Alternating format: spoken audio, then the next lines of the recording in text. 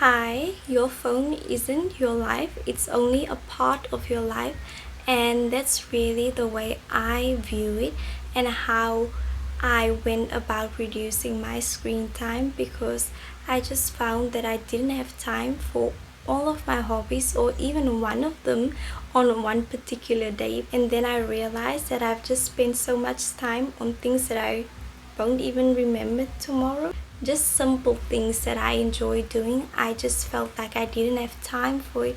But then I look at my screen time and then I would side eye myself. And I was just like, go, you do have time. You're just not spending it in places that will benefit you. Before doing these things that I'm about to mention, I just felt like I didn't have any time to do the things that I enjoyed doing because I was just wasting my time on my phone and not really seeing where my time was going. I just feel like you can just save that time to doing things that you enjoy doing. Number one for reducing your screen time is to have your phone off at a specific time or to just pick a time where you are screen free during the day. Have your phone off at a time where you want to be productive at something, want to get some work done in an hour or two, so just put your phone off if you're not going to use it, and that already decreases your screen time by 1 or 2 hours. Or just putting your phone off before you go to bed, so maybe 1 hour before you go to bed or you're going to sleep, put it off, and that reduces your screen time by 1 hour. And also you can implement your screen time window throughout the day. So let's say your phone is on between 8 in the morning and 10 at night, and that's the only time where you can use your phone. Before 8 you can't use it, and after 10 you can't use it. So it still gives you ample amount of time to use your phone, but in a more structured way. So that's number one. Pick a time to switch it off and on, or just have one specific interval during the day where you switch your phone off. Number two is leaving pockets of empty space throughout your day and to just leave some moments open. An example for pockets of empty space is when you're microwaving your food and you're waiting for it to be done. Rather than scrolling, just stand there and wait for your food to be done. Or when you're standing in a line at a shop or somewhere, just simply be and don't scroll on your phone, just wait in the line for your turn. So that's some ways that you can just be still and be more intentional and not just fill your time with scrolling because it's empty. Just leave it empty. So number three is to replace your screen time with an actual hobby or interest so that you don't fall back into the loop of scrolling because you are bored and you don't know what to do with yourself and this free time that you now have. Now when it comes to reducing your screen time, I feel like one of the reasons why you often fall back into increasing your screen time and just being back to where you were is because you don't replace that time with something else.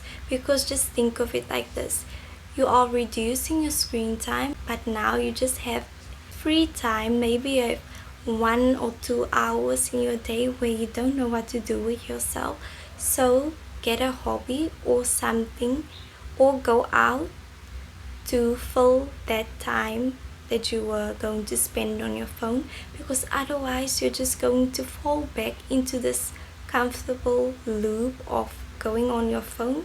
So I would say replace your screen time with something that you can actually do so that you don't fall back into doing that. Number four is to have sacred moments.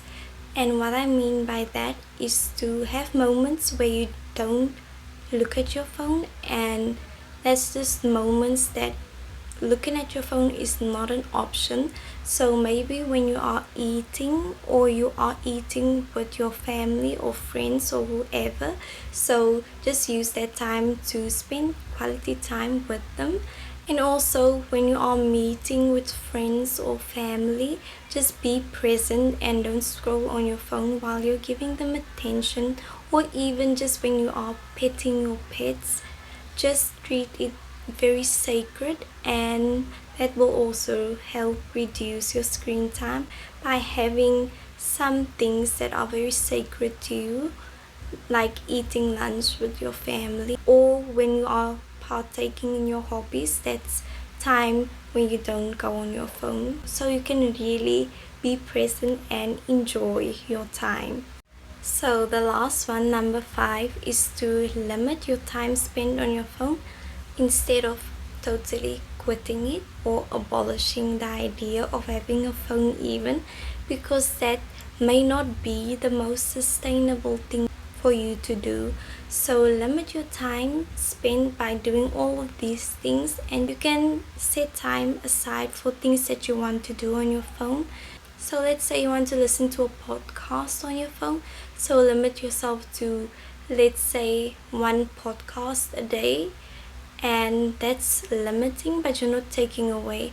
And also listening to music, because I feel like that's something that people don't take into account when they're thinking about reducing their screen time. So tell yourself, I'm only going to listen to music for half an hour today, or I'm going to listen to 10 songs, so you don't overstimulate your mind so much by listening to a whole playlist at once. Limit instead of quitting or just going cold turkey and just wanting to not even have a phone. So these are 5 things that I do that reduce my screen time and just allows me to use my phone more intentionally while still using it and enjoying my phone, because it is something that you can enjoy, but within limits and within still enjoying your life outside of your phone. And just remember that your phone is a part of your life, but it isn't your life. So that's all for my 5 simple things that I do to reduce my screen time, and I wish you well, and bye.